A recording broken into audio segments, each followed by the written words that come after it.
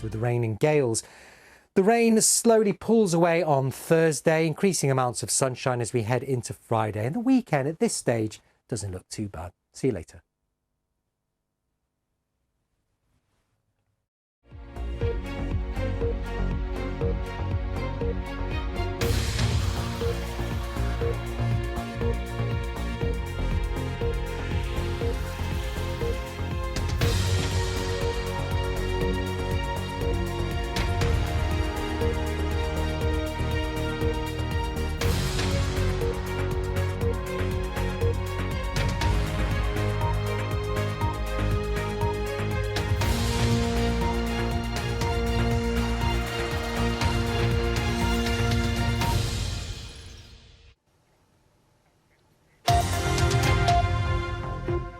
Hello, I'm Fraser, and this is The Context. We've got droughts, we've got floods, we've got firestorms hitting the poorest countries in the world.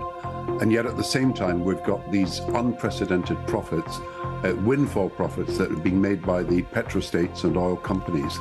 If we are to rebuild trust and reignite solidarity, then let us start by changing how we engage and reforming our international financial architecture. Today, I'm pleased to announce we're working with Congress to invest $40 billion in our Pacific Islands Infrastructure Initiative.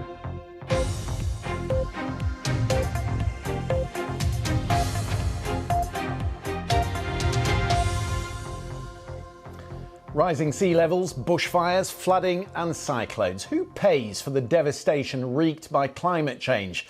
Last year, the biggest polluters agreed to contribute to a loss and damage fund for the most vulnerable countries. But 10 months on, no agreement on who should pay, where it should be distributed or how. We'll hear tonight from one of the Pacific Island nations whose leaders today gathered at the White House.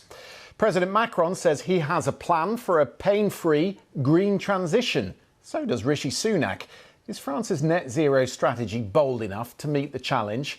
And Israel, abuzz with news of a new machine that can replace our bees as the on-farm pollinator. Good evening.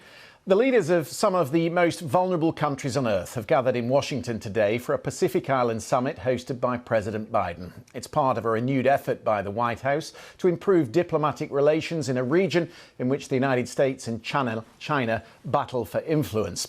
But the truth is, the leaders of these small island nations feel forgotten. For years, they've been asking for finance and compensation to deal with the worst effects of climate change, and they continue to wait.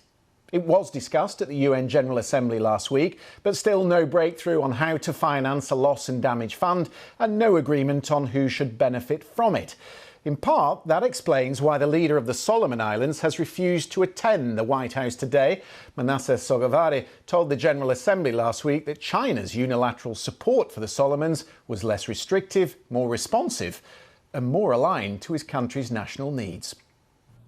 If we are to rebuild trust and reignite solidarity, then let us start by changing